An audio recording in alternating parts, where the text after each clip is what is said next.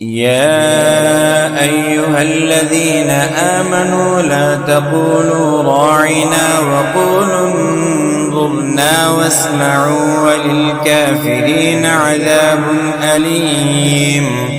ما يود الذين كفروا من أهل الكتاب ولا المشركين أن ينزل عليكم من خير من ربكم، والله يختص برحمته من يشاء،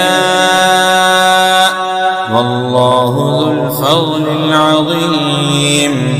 ما ننسخ من آية أو ننسها نأت بخير منها أو مثلها. ألم تعلم أن الله على كل شيء قدير.